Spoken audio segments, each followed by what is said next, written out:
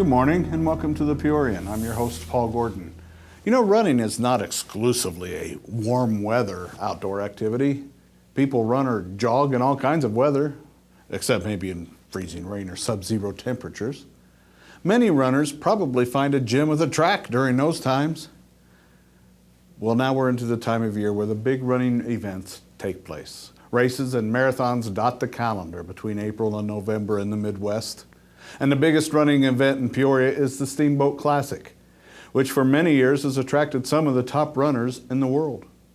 It also gets many local runners out on its course from the riverfront downtown up to Glen Oak Park and back. It features what is billed as the world's fastest 4-mile run because it finishes with a downhill sprint. It also has the 15K race, which is known as Illinois' toughest 15K. This year will be the 39th running of the Steamboat Classic, as well as the 20th year for the Building Steam program that prepares runners for the Classic. That program is growing, as is the race itself. My guest today is Phil Lockwood, who is race director for the Steamboat Classic, and he'll talk about the event and about Building Steam when we come back. Welcome back to the Peorian. With me today is Philip Lockwood, race director for the Steamboat Classic, which will take place June 16th of this year down on the riverfront. Welcome to the show, Philip. Thank you. First of all, what is the deadline to enter the race? Is there an early deadline or? We have various graduating entry fees, largely to try to encourage people to sign up early. But the truth is, the last day to sign up is the Friday the 15th, the day before the race. Wow, you can go that late, huh? Yeah. We don't prefer that. I mean, publicly, we tell people it's the Wednesday beforehand, so we have some time to process everything and be ready. For Friday, that whole day, essentially from noon till 8 at the Riverplex, we're taking entries, or doing the whole registration process. So okay. We'd rather have people sign up early. You know, it's Illinois. They can sign up early and sign up often if they like.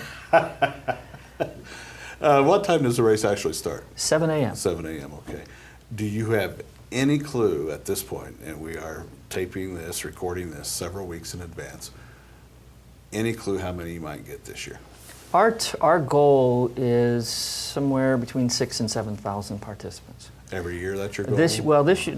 That's our goal for this year, which will be a Okay. growth of about between 25 and 30% over last year.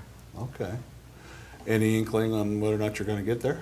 The way things are going now, we're projecting towards that. Part of it is that we have some new initiatives this year, continuing in the theme of getting beginners involved with the event. We're doing some new things this year to encourage employers and churches and schools and clubs and other organizations to form teams. Okay. And those teams for a business could be the employees and their family members. Largely, the main thing we're trying to do with the event is go from what we've been known as the world's fastest 4-mile and Illinois' toughest 15K to really Central Illinois' family community wellness event. Oh, wow. Right. Well, one of the things I wanted to hit hard in today's interview is the Building Steam program. Right. Tell us about it. It is in its 20th year, correct? This is actually the 19th year for Building okay. Steam. It began by, it was created by a woman named Mary Boone, who was a features writer at the Journal Star. She came to me with this idea of a program that was designed very much for beginners to get them, essentially help them make that very first difficult step, which is the step out the door, and then help them all the way to get not only to the finish line and to the starting line and finish line, but continuing with a positive, healthy lifestyle of running or walking year-round. And so the first year, we had 156 participants. Why that's unique is that was the same number of finishers in the very first Steamboat Classic 20 years prior. Oh. The next year, we almost doubled. But in the doubling, many of the people who were there didn't belong there. They weren't beginners. So we created another program called Team Steam. And then a few years later, we had, in a partnership with the WD Boys Council, we created Scouting Steam. A few years later, Rising Steam. And then 2 years ago, Access Steam. But really, what we call Building Steam now is comprised of Building Steam, Scouting Steam, Rising Steam, and Access Steam. And it's all now, this year, for the first time, we've taken that out into other communities. So we're offering that in Chillicothe, Pekin, and Washington, in addition to Peoria. Can people join that program? Certainly, that really it's designed to be a 10 to 11 week training program, but we have an open registration with that. So if people join in with that 2-3 weeks into the program, we find ways to help them, and we're open and accommodating to that. The real purpose of that is to make our event as accessible and inclusive as possible. Is there something about this race in particular that makes that kind of preparation that much more important? Well, it's because the event has, and the race has sort of a high profile, it creates a lot of excitement for that. So people know about it. In the past, many thought they had to be a serious runner to participate. So part of the logic behind the training programs not only is to help them, but it's also to dispel the myth that they have to be a serious runner to participate. But with that as the target, it's one of those things that is a great motivating tool for people to do that, and this way they can talk about it at the office and with others that they're doing Steamboat. And people think, oh, well, you have to be world class. Not the case. The trainers are runners, experienced runners. Some of our best coaches and volunteer group leaders are people who have just graduated from building steam maybe 2-3 years ago. So they know what that experience is like to go from, in some cases, doing nothing to becoming a beginner. Is it, real quickly here, is it a case where you go through a training regimen to prepare for the run? What we do is it was designed by Blair Gorsuch, a local exercise physiologist, again, focused on beginners, so those who could be coming off the couch, or maybe they're familiar with walking around the block or running around the block a few times a week, and it's really then going from there and building from there and providing them with the guidance and putting them in groups with people of similar ability levels. Okay. When we come back, we'll ask more about the Steamboat Classic and why it has, for a long time, been able to attract some of the top runners in the world. Stay tuned.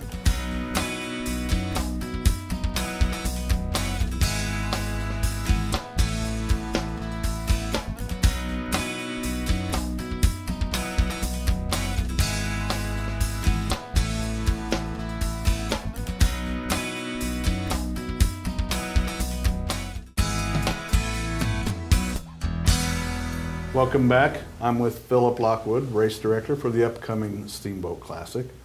Philip, what is it about this race that attracts some of the top runners in the world? A lot of it was a combination of luck and hard work initially.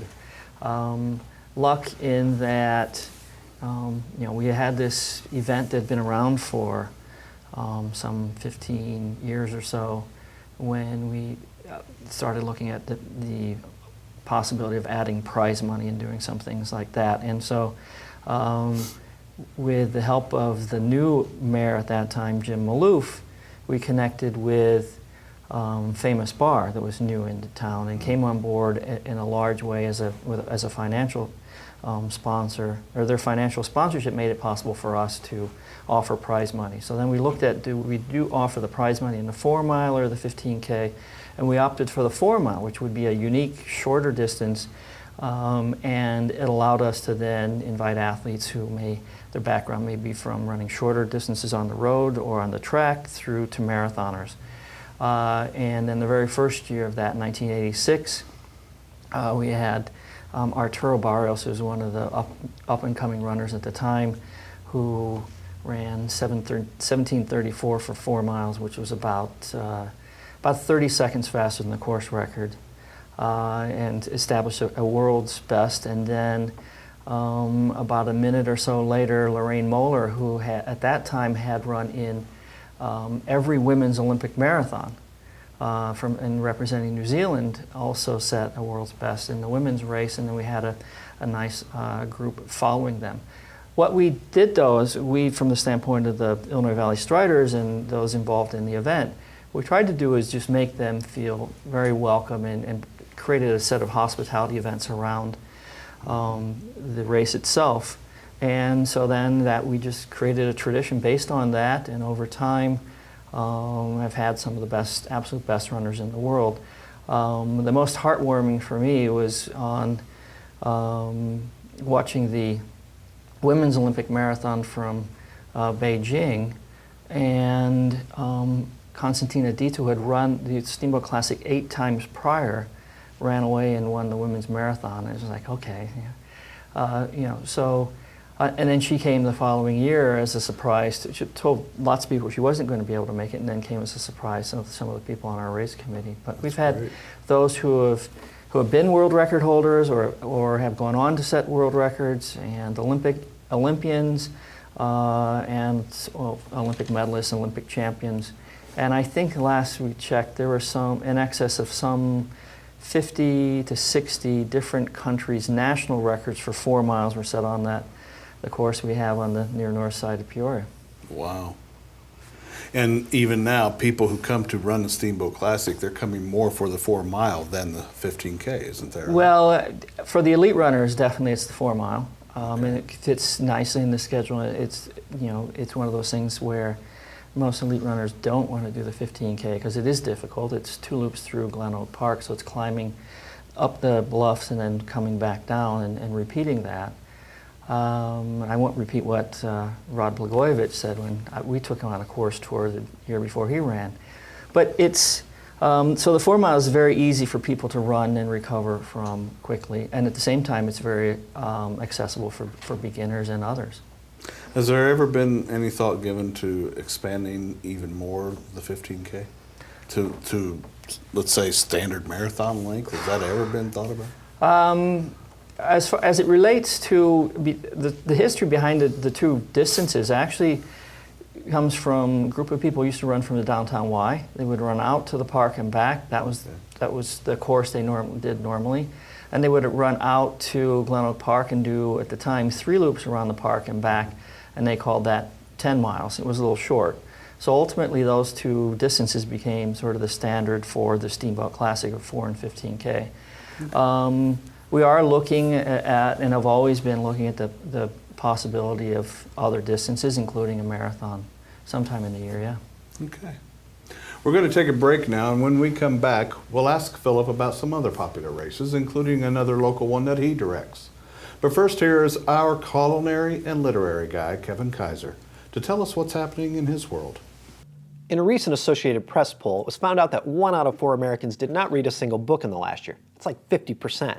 Well, if you're part of the 25%, have no fear, for your faithful literary something or other is here with another episode of Books That Aren't Too Bookish. These are books that aren't nerdy or boring or yawn-inducing or filled with overly sexed vampires or underly sexed zombies. These are short books that will help you join the rest of us who, read. Now, while the AP poll said 1 out of 4 Americans didn't read a book last year, they didn't delve into how many books one should read per year. So I'm going to go ahead and establish an official number, and we'll call it Kevin's Annual Recommended Reading, or CAR. That's the number of books one needs to read annually to gain my respect as a human being. And let's make that number 4. Sure, 4, why not? And to help you get started on meeting your CAR requirements, here are 2 books that aren't too bookish. The first book is 12 by Nick McDonald. It's a story that moves at breakneck speed, involving a group of young men and women adrift in New York over the 4 days between Christmas and New Year. And it's told from the perspective of White Mike, an introspective drug dealer and private school dropout. The characters careen from party to party, replete with sex, drugs, and violence, which is on par for most holiday get-togethers anyway. It's kind of a 21st century spin on Bret Easton Ellis's Less Than Zero. And at only 239 pages, it's a short read that will put you well on your way to satisfying your CAR requirements. See how natural it sounds? CAR requirements. Anyway, the second book on the list is an 18th century classic, but don't freak out. It's witty, it's fast-paced, and a quick read. It's Candide by Voltaire, which tells the story of a young man tutored by a noted philosopher who then travels around the world. It's funny and sarcastic, and also a fierce philosophical attack on blind optimism. And Candide soon discovers that things don't always go your way in life, even if you are a sheltered rich kid, and one should always cultivate our own garden, so to speak.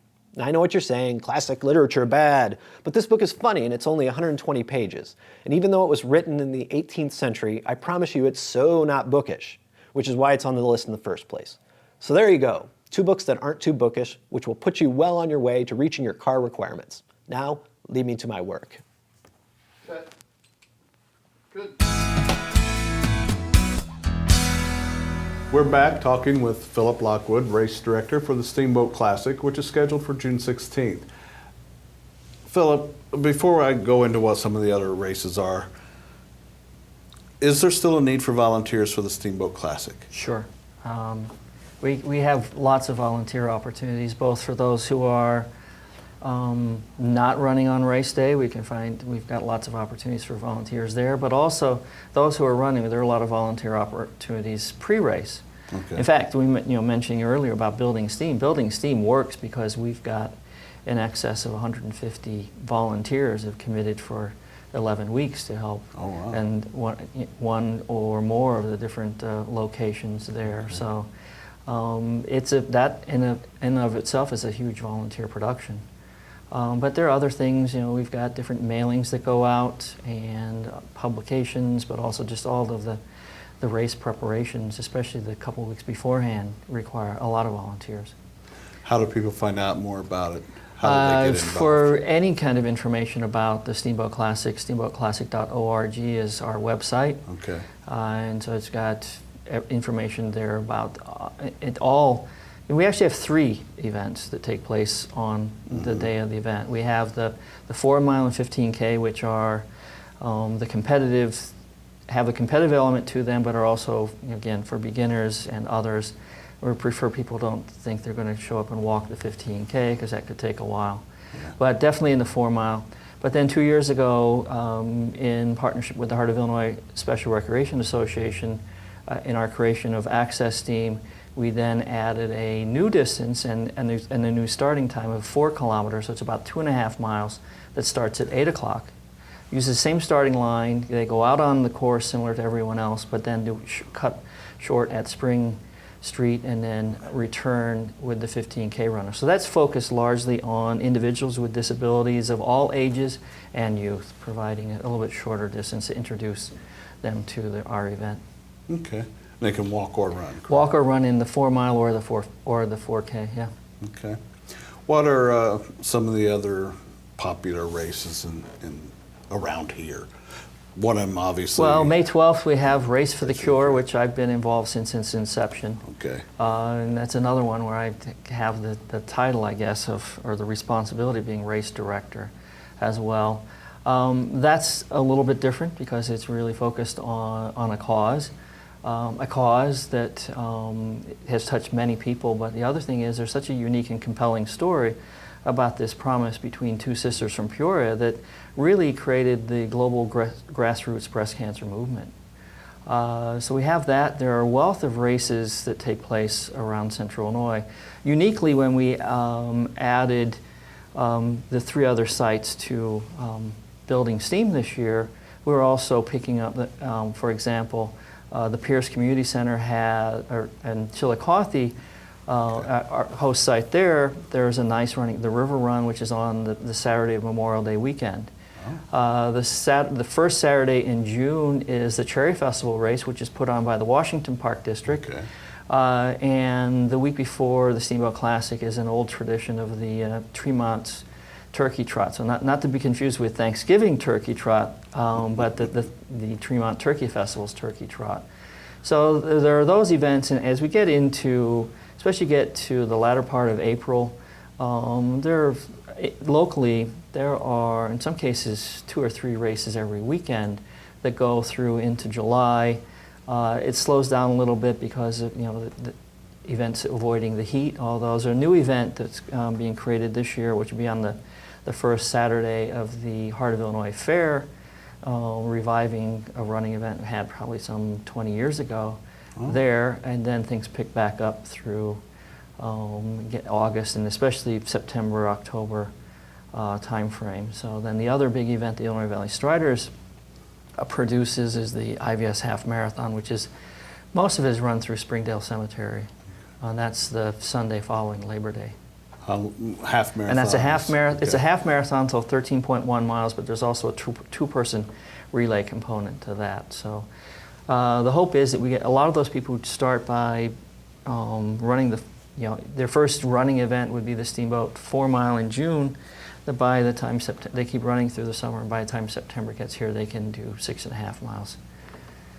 That's a little bit tougher course, though. I bet it is, yeah.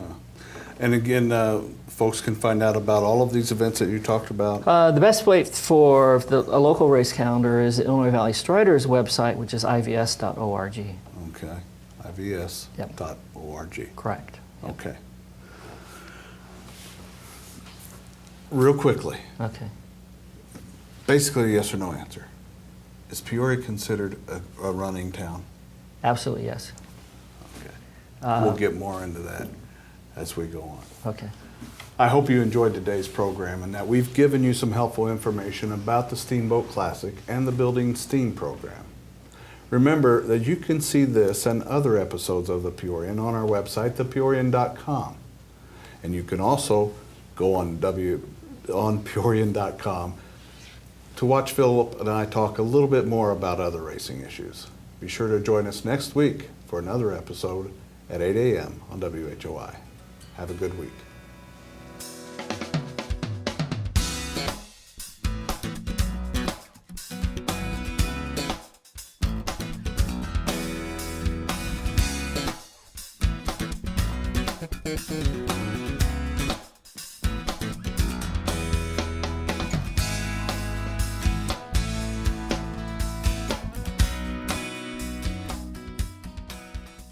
Ooh.